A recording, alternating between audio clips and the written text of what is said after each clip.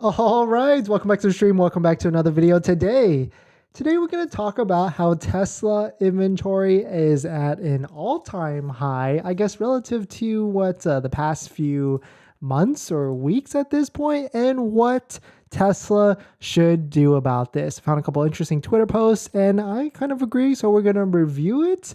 And I feel like a lot of you agree to as too. We're all kind of just twiddling our thumbs here and waiting and seeing what is going to be happen. And hopefully we'll see something happen this week. So, but before we get into that, go look into the data and the charts of all the inventory that's out there, because it's back to what it was, which is crazy. That's good. It shows that Tesla has quick turnaround, quick inventory, quick factory production, all that stuff. But let's roll that intro real quick.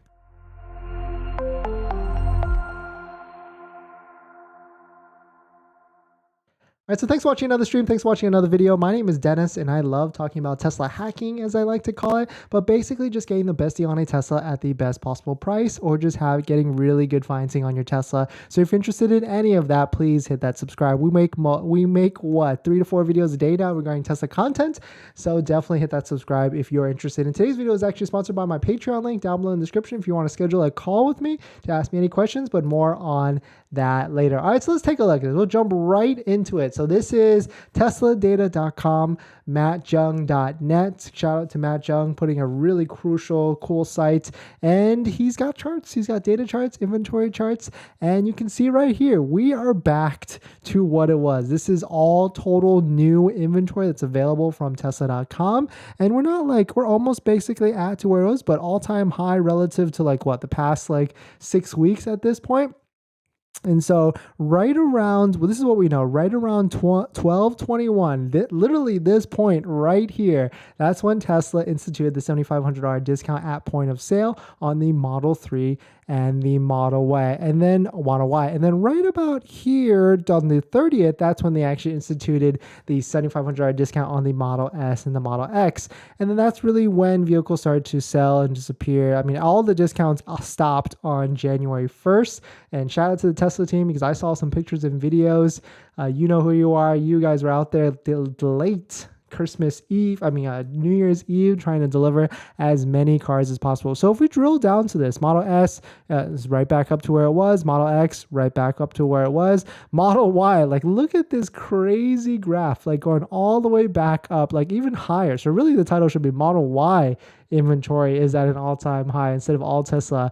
Model 3, we got a nice lift, and this is only going to get higher and higher, because what's really interesting with the Model 3, and we found this out yesterday, is that a lot of their inventory, you would think, because there's really only one vehicle right now that truly qualifies for the tax credit, the $7,500 tax credit, and that's the Model 3 rear-wheel drive. But the other vehicle that also qualifies is the Model Y 7-seater. But not a lot of people, and I think I just saw a data point, only 15% of owners or purchasers like the 7-seater variation. So really, it's only the Model 3 rear-wheel drive. And what's really interesting with this, if we look at waitingfortesla.com, so shout out to Waiting for Tesla, putting a really good site together. That's also another third-party aggregator site that tracks all new vehicles that are available for sale. A lot of these are Model 3 rear-wheel drives that are available. So there's not a lot of demand for this vehicle, because if you want to take advantage of the $7,500 tax credit, you can get it right now pretty easily. If I wanted to save a little bit more on my taxes, here we go. Just buy one of these. I don't know what I would do with it, but here we go. It's right there. So there's something going on. There's something brewing in the background. We just made a video about how I think, Tesla should potentially, institute maybe a 30-day price protection policy, because I think that would instill some confidence into some of the buyers out there. Because if you could buy and, have a peace of mind that in the next 30 days, if the price goes down, that you'll be protected or get some sort of refund, I feel like that'd be good. But, this all got kind of muddled up because the IRS came out and said that, these are the vehicles that qualify for the $7,500 tax credit in quarter one. And so the Model 3 rear-wheel drive, you can see, qualifies. Model 3 long range is too expensive to qualify because it's at $58,000 versus $55,000. And then the Model Y got really screwed here because the Model Y 5-seat is not classified as an SUV, so that means it cannot be higher than $55,000. And we know that the Model Y 5-seat starts at $66,000. So Tesla has to make a move. I thought they were going to make a move by now, but they kind of just, I guess, waiting and seeing. And so they're stalling a little bit. So I found a couple Twitter posts. So shout out to Troy Teslike, always on top of the ball with inventory predictions and delivery predictions. He posted this tweet. Thought it was pretty interesting. And so he says, quote, Model Y inventory in the US is at an all-time high. Tesla needs to make a move. They could. Exactly. Quote, release Model Y standard range for $55,000. I think that they should release it even lower just in case there's options or color change or something like that. Or release something that's for $54,990 that you cannot edit at all. Like make it white, black interior, no any sort of modifications. Number 2 bullet point is, quote, sell software limited Model Y long range for $55,000 with option to unlock after delivery. Yeah, I think that makes complete sense. Maybe you could even charge that $7,500 tax credit amount to unlock the extra range, which, maybe, or it's like some sort of subscription or something like that. And then the third one, add more weight to 5-seater to get to the 80,000 MSRP limit. Because this is what we know now. Supposedly, the reason why the IRS did not qualify the 5-seat Model Y to qualify for the tax credit is because it was not heavy enough, not 6,000 pounds. So that's, a couple options, a couple ideas. Or here's another post that he tweeted. I think this could work. Release the Model Y standard range for $54,000 and make the 7-seat option free instead of $3,000 and make the Model Y performance available for 7-seat. A long-term solution would add air suspension to the Model Y to increase ground clearance and get the $80,000 MSRP limit. And that's kind of interesting because the air suspension rumor for the Model Y has been kind of like, dangled around for a while. And I'd be really interested to see if they add air suspension, which I feel like a lot of people would flock to the Model Y then, because that's my personal biggest gripe with the Model Y and the Model 3 is the suspension is certainly harsh.